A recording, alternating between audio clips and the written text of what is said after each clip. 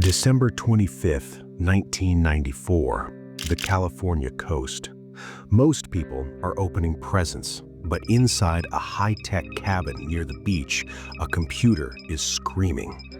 It wasn't a random alarm. It wasn't a glitch. Someone was inside the machine, and they weren't just looking around, they were emptying it.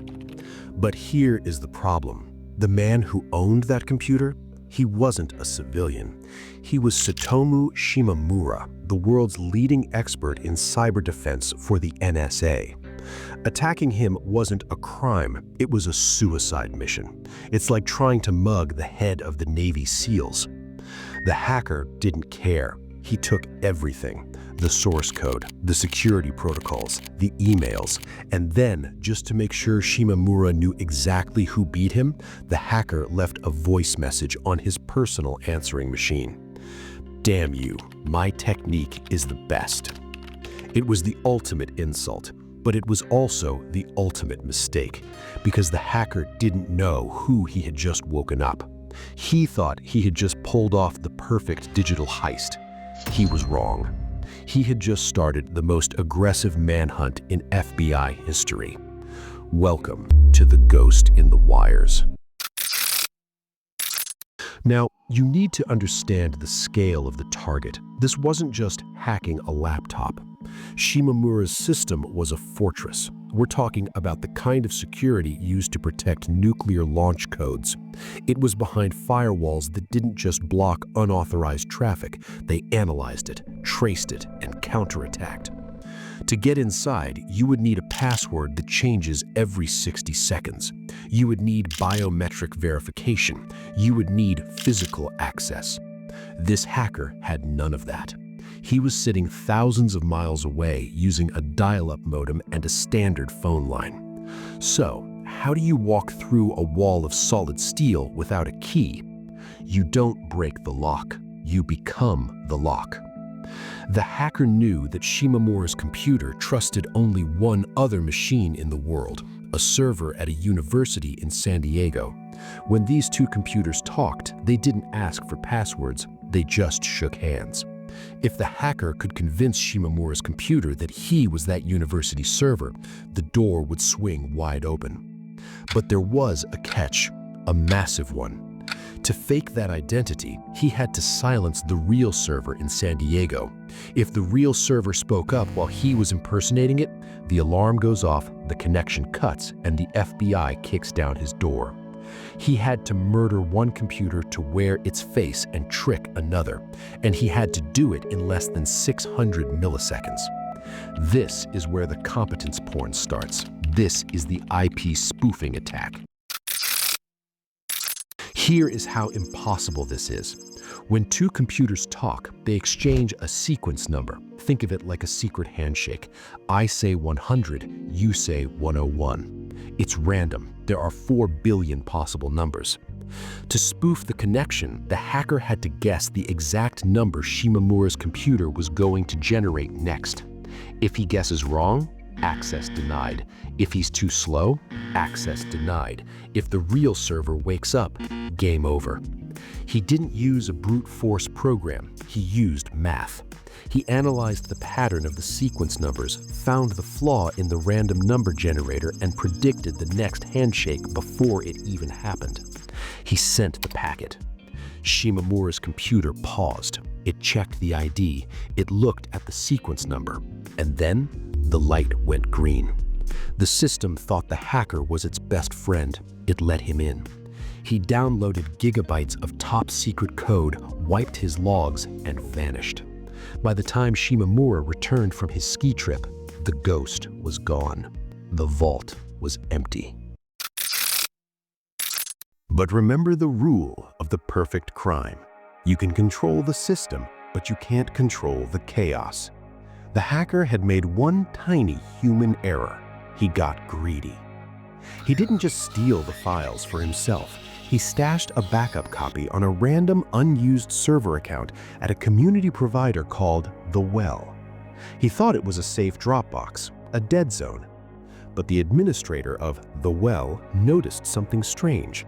A hard drive that was empty yesterday was suddenly full of encrypted data today. He didn't delete it, he called Tsutomu Shimomura. And this is where the hunter becomes the hunted. Shimomura didn't call the police immediately. He did something much scarier. He set a trap. He modified the server code to create a digital one-way mirror. He allowed the hacker to keep coming back, to keep uploading and downloading, thinking he was safe. But every keystroke, every command, every file transfer was being mirrored directly to Shimomura's laptop. Imagine robbing a house, but the homeowner is standing in the corner wearing an invisibility cloak, taking notes on everything you touch. For 2 weeks, Shimomura watched. He learned the hacker's rhythm. He saw him cloning phones. He saw him hacking Motorola for source code. He saw him rewiring the phone grid of Los Angeles just to avoid paying for long-distance calls. This guy wasn't just a thief, he was a wizard. He had total control of the US telecommunications grid. He could listen to any call, track any agent, shut down any number. But he had a weakness. He was arrogant. He kept using the same entry node, and Shimomura noticed a pattern in the data traffic.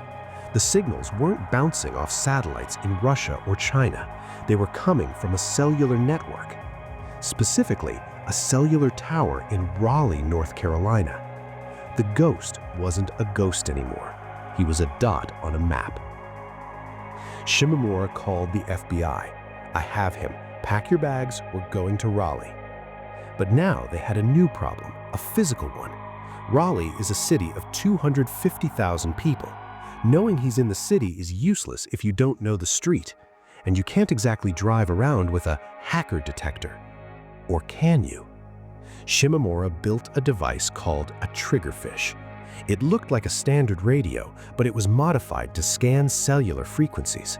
It could lock onto a specific phone's ID and measure the signal strength. It was a game of hot and cold.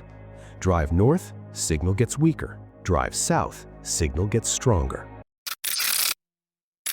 February 14th, 1995, Valentine's Day. A van rolls slowly down a residential street in Raleigh. Inside, Shimomura is staring at a laptop screen, watching the signal bars pulse. Beep, beep, beep. The tension in that van was thick as to choke on. If the hacker looked out the window and saw a van full of antennas driving at 5 miles per hour, he would pull the plug. He would wipe the drives, magnetize the disks, and walk out the back door. They would have nothing. They needed to be invisible. The signal spiked. It was coming from a large apartment complex, Raleigh Hills. But which apartment? There were hundreds of units. If they kicked down the wrong door, the hacker hears the noise, hits one button, and the evidence vanishes. They needed pinpoint accuracy. So they waited until nightfall. Shimomura got out of the van with a handheld antenna hidden under his jacket. He walked through the parking lot looking like a guy walking his dog, but his eyes were glued to the frequency monitor hidden in his palm.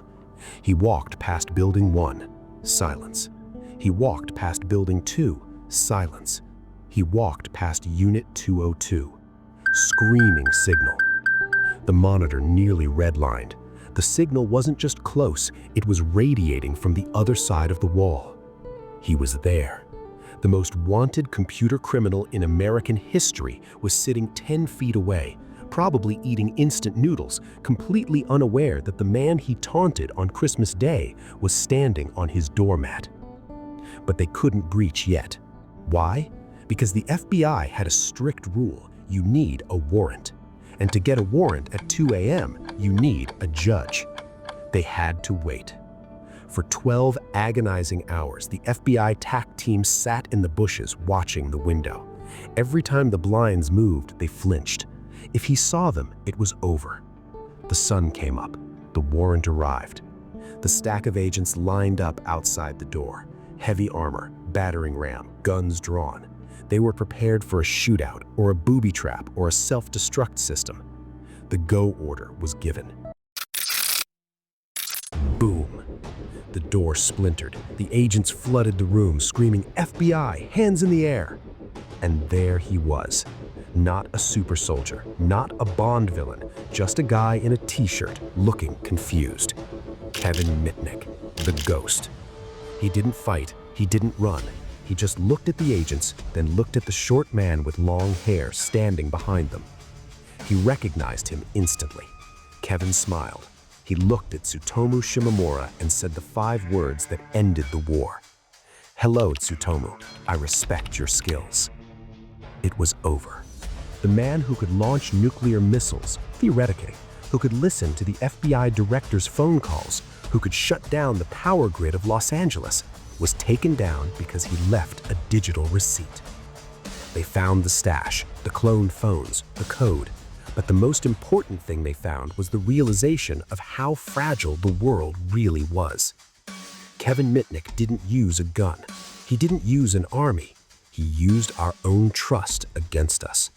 He proved that the strongest lock in the world is useless if you can just talk the guard into giving you the key. Because of Kevin Mitnick, the internet changed. Companies stopped trusting IP handshakes. Firewalls got smarter. Two-factor authentication was born. He forced the system to evolve by almost destroying it.